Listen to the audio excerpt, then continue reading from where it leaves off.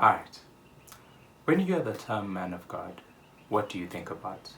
Or what comes to mind? The term man of God has been a staple in the church community for so long. And I do understand the positive connotations to the term man of God in terms of it being used as a term of endearment to highlight a man of integrity, being used to highlight amazing service that a man is doing to the church or the church body. And I think also in recent years it has become a buzzword in maybe more social media where a man would introduce himself as a man of God, or when a woman is talking about characteristic that she would like to see in a partner, should be like, I would like a man of God.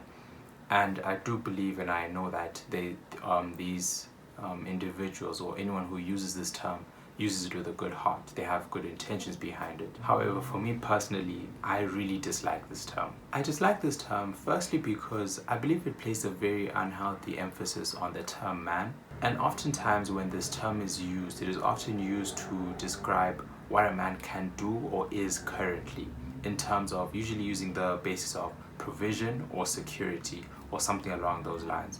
And oftentimes when this term man of God is used, it is kind of like the more he can do, either like he can be a provider, or the more he can provide security, the higher he is on that kind of like man of God scale. And I really dislike that because it places this very unhealthy attention. It brings a lot of focus to the worldly possessions that he can provide, or sometimes it can also be about his outward appearance in terms of like maybe his looks or his the way that he speaks or how confident he is. And when that focus is there also on especially in the use of the term man of God, it leads to a less of a focus on his identity as a child of God. Hence the title of this video. And before we continue, I think it's very important for us to get a biblical foundation of this term man of God in its context. So in the Bible, the term man of God was only used 78 times in 72 verses. And it was only attributed to 13 individuals, with most of these coming from the Old Testament. And in the New Testament, it was quite rarely used. It was only used twice, in 1 Timothy 6 verse 11 and 2 Timothy 3 verse 17. And I think that the fact that it was very rarely used in the New Testament was a very deliberate and intentional move by God. Because when we look at it in its context, the term man of God was used to describe someone who was chosen or anointed to be God's mouthpiece.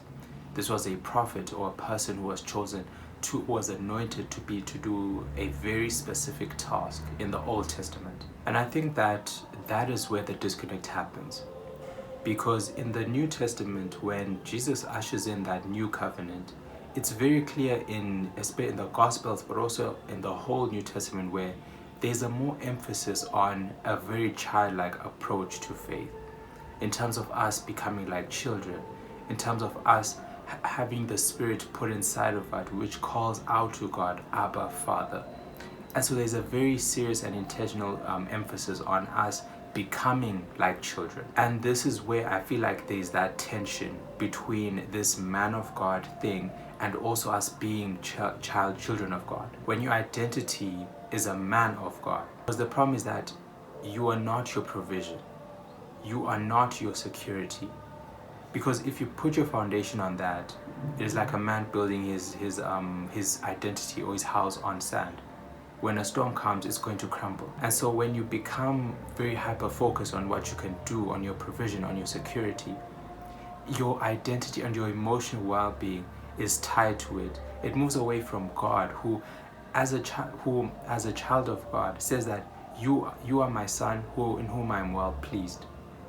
Before anything, you are my son because I created you. You don't have to prove it. You don't have to do anything. The truth is that you can't be a man of God and a child of God at the same time. Because, and moving back to this identity, when as a man of God, you become your provision.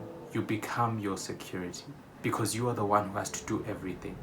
And that's where we start to see these men who are crumbling under the pressure of having to put up this facade, of having to have everything, be able to provide everything, be able to do everything.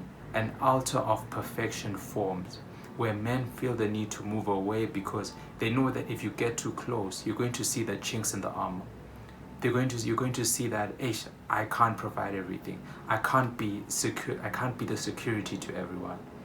And that's why I really would encourage a lot of men to move away from that identity as a man and move to be a child of God. And the term man, because we live in such a patriarchal society, because we live in such a sexualized and gender discriminatory society, the term man has so much connotations that have been ingrained in each of us that the term man of God, by extension, has become so perverted, and so many ungodly expectations can be attached to that term man of God because of our lived experiences, because we live in this world. And because of this term man of God starts to become this euphemism for perfection for a lot of men and women in the church. And that is very destructive and dangerous, because a lot of young men will now start to feel like their weaknesses are something to be ashamed of, that their areas which they are lacking in are something to be ashamed of, while instead those are things which God calls us to actually boast about, that it is in our weaknesses that we are made perfect, that He is made perfect, that His power is made perfect. And so when we have this man of God thing, it starts to teach young men especially that they only become valuable once they start to provide, once they start to be able to provide security. Once they start to do something, that's the point they become valuable.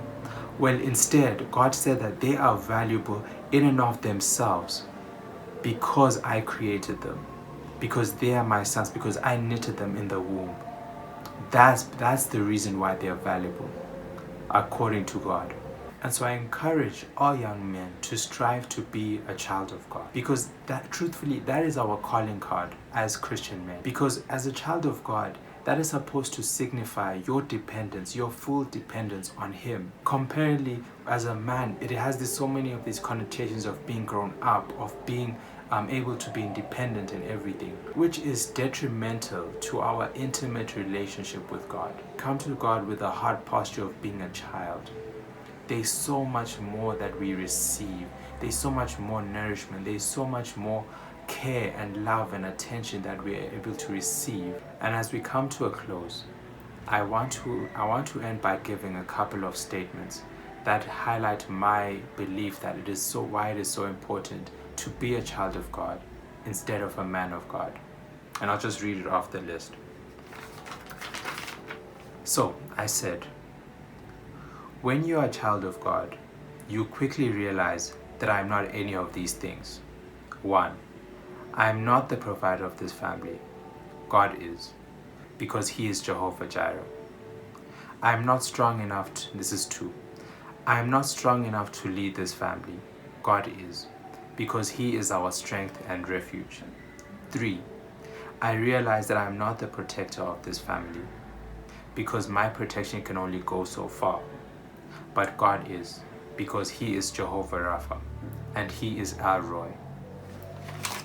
And so when you choose to be a child of God, you realize that as a man, your job is simply to steward whatever God has given you, with Him at the forefront and with Him at the center of everything. And when we operate from this mindset, the focus moves away from us as men. It moves away from our identity in our manhood, and it starts to be about God.